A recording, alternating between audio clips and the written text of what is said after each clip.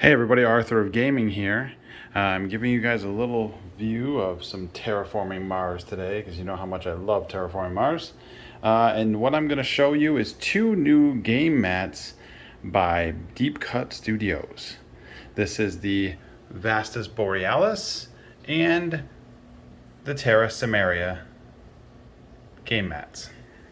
Now these game mats are just what you might think they are. They are basically a mouse mat. If you see them, it is basically a mouse pad that has been printed on and has made a Terraforming Mars board, which is new. This is a brand new board for Terraforming Mars, which really makes this more interesting, right? Because now you have your 3 boards that you can get out of your base set right here, right? If you have the Hela and Elysium expansion, and you also have these new mats to play on, which give you more like variety. The good thing about these boards is they incorporate all of the expansions. There is Venus with the Venus track, including spots for things like Luna Metropolis and Maxwell Base and Stratopolis. You have got colonies over here. You put your colonies here, here, here, here, here, here, here. Your trade fleets go here. And it also has turmoil, if you like to play with turmoil. And there's, the chamber, and there's the policy, the reserve for the delegates. There's the event cards coming up, all that stuff. It also does some things like has Dawn City in space. It has Stanford Taurus in space. So it's really got some great things. It's got your your oxygen across the top, right? It's got your temperature down here on the side. You see you got your spots for your oceans. The one thing the mats do lack is there's no specific spot for putting your stack of oceans on the board. So you can obviously just you could stick them up here, or you could stick them down here or something, but there's no spot on the mat for just sticking your stack of oceans to put them on the board. I, however, have the big box set, as you see here, so I just take them out of the trays because I have the 3D tiles. Now, in addition to all this, two of the other great features are new milestones, new awards, and the board actually gives you everything on here, right? So here's all the standard projects, including air scrapping from the Venus, including build a colony. It also gives you for solo only if you're doing some solo stuff.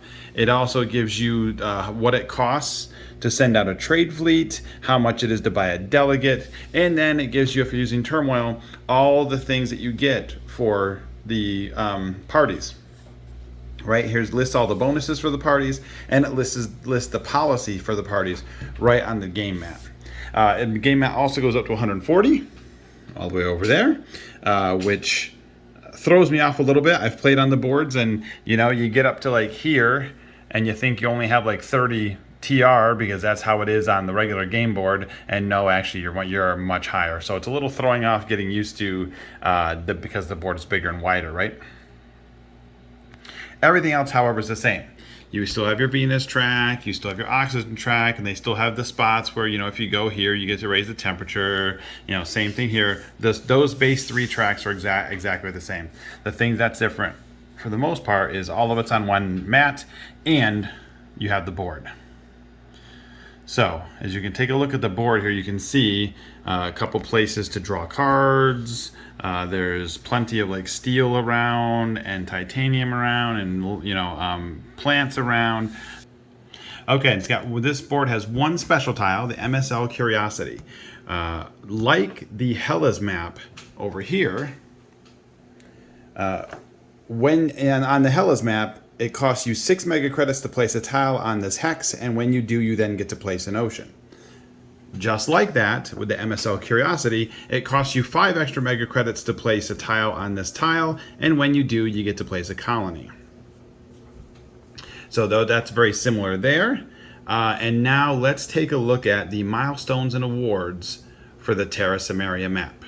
Okay, so here we are. These are the milestones. So just like everything else, it costs 8 to claim them, and then you place your token on them, and they do things, right? So the first one is Planetologist, which if you get 5 planet tags, Earth, Jovian, or Venus, you can claim that milestone.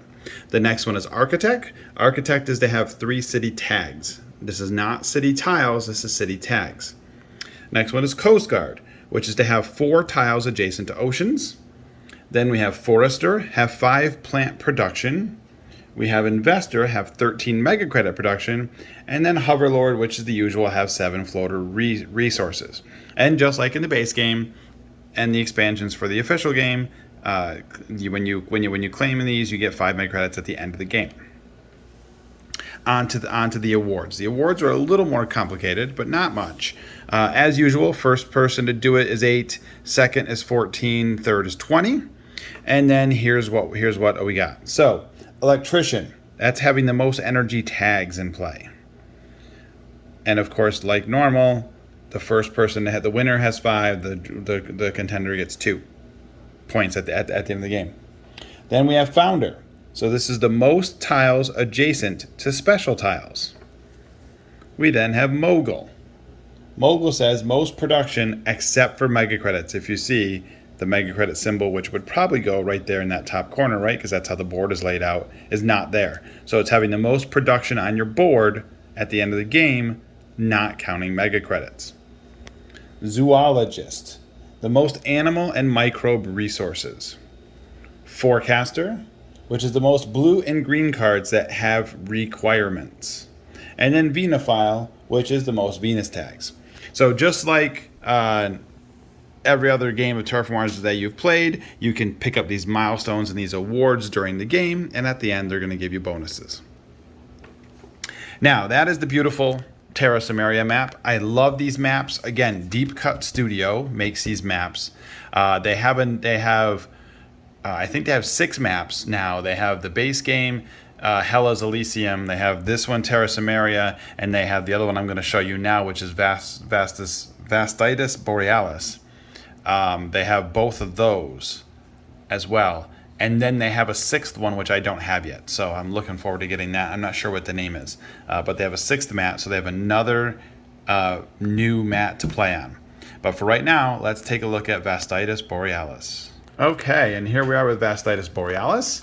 And if you see, one thing that's different is this map is mirror imaged from the other one. So, where the other map had Venus in the upper left-hand corner, as you can see, this one has it in the upper right-hand corner. Everything else is the same, it's just on a different spot of the map. Same with the turmoil setup. It's all there, just like it was on the other map. It's just on the other side of the board. We have new awards. We have new milestones, which I'll explain. Your colonies are over here on the left-hand side. And your trade fleet section is there. As you can see, your heat is on the left-hand side instead of the right. The oxygen is still where it always is. The Venus is over where it always is. Well, near Venus, but on the other side this time. And again, the one thing with this map that's not there is there's no spot to place the oceans. No dedicated spot for placing the oceans to put on the map.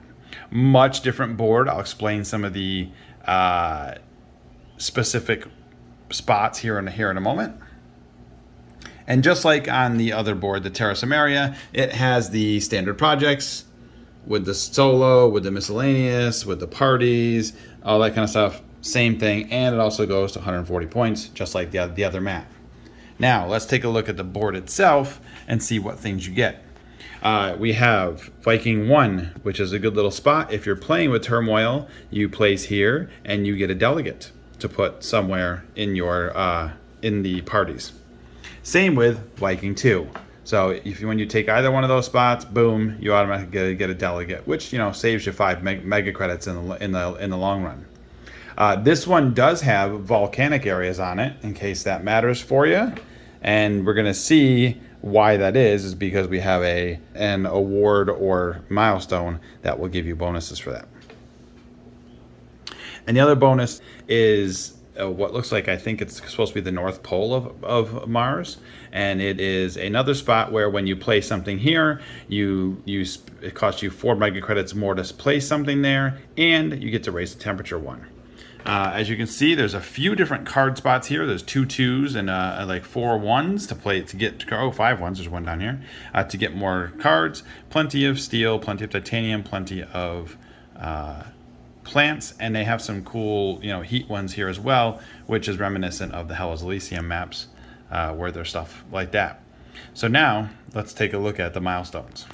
All right, so here's our milestones. Again, everything is exactly the same. You buy them the same way, they cost the same, they give you the same points, they just have different things. The first one, the Agronomist. So this one is have 4 plant tags. The Spacefarer, have 5 space tags. The Geologist, have 4 tiles on and or at volcanic areas. So those are those ones that we pointed out earlier. I pointed out that there were volcanic areas around. The Engineer, have 10 energy and heat production. Farmer, have 6 animals or microbe resources. And then Hoverlord, which is the same, which is 7 floaters. Now we go over to awards. First one is Traveler. Travelers have the most planet tags, which is Jovian and Earth tags. The next one is Landscaper. Landscaper says have the most adjacent tiles. So the most of your tiles that are adjacent to each other. Highlander, have the most tiles not adjacent to oceans. Promoter, the most event cards played. Blacksmith, the most steel and titanium production. And then Venophile, which is the usual, which is the most Venus tags. So as you can see here, the awards and the milestones on both maps can really change the way you play the game. For instance, making sure you're building up energy and heat, making sure you're getting those plant and microbe or animal and microbe tags out there, making sure you're building together or away from water or playing more events. I know for myself, when I played on these mats, it drastically changed the way I played the game. I was playing much more events. I seem to be the kind of person who doesn't play events very often when I play Terraforming Mars, but I was playing a lot of them, and I was buying them and playing them because Promoter was out on the board. So there's very different ways to play the game, and that is what makes Terraforming Mars my favorite game. That you can change the way everything is played. You can adjust your strategy based on what cards you get, and there's still, even multiple years later, times that I adjust a strategy and play a strategy that I've never played before. For instance, I've never really played a plant heavy deck. I haven't done it. I've never played a Econoline. I've never played like a plant heavy deck. So maybe someday I'll do that, and that's what keeps this game fresh and new for me. That even though I've played the game hundreds of times, there's always something that I haven't done yet.